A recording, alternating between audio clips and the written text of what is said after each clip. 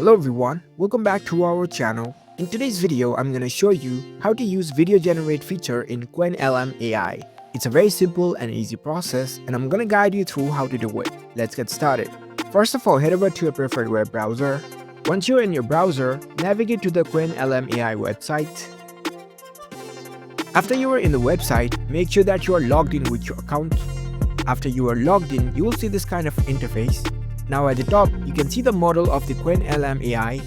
Tap on this drop-down list and make sure the latest model is selected. This will make your video generation more impactful. Now here you can see the text field. Below that, you can see different icons. There is a little video icon. Right now, video generation is not available. Maybe the Qwenlm team is upgrading this feature. That's why if you tap on it, it says coming soon.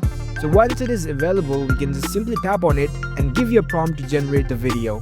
You can even choose the aspect ratio of the video that you want to generate. As of now, only the image generation feature is available, so you will have to wait for some times until the video generate feature is available again.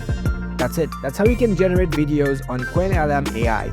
If you found this video helpful, don't forget to give this video a thumbs up and subscribe to our channel for more tech tips.